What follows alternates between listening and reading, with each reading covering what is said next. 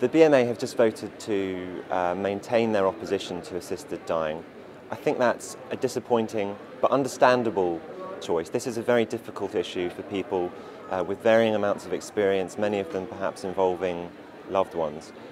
I think we can all agree that this is a complex situation.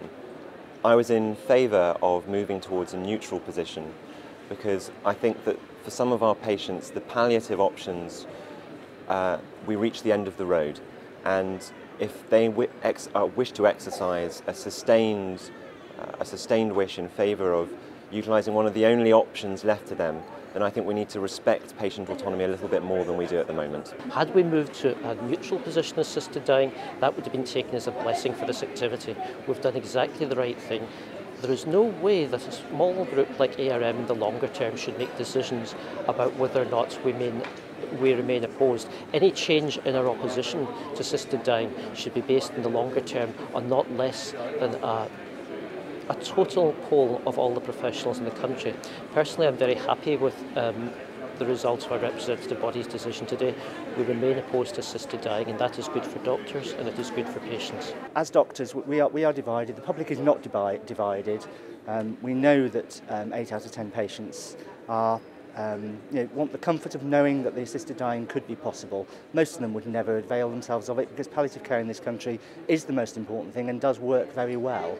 But what we know is that for those where it doesn't, they die in agony and suffering, often emotional agony, anguish.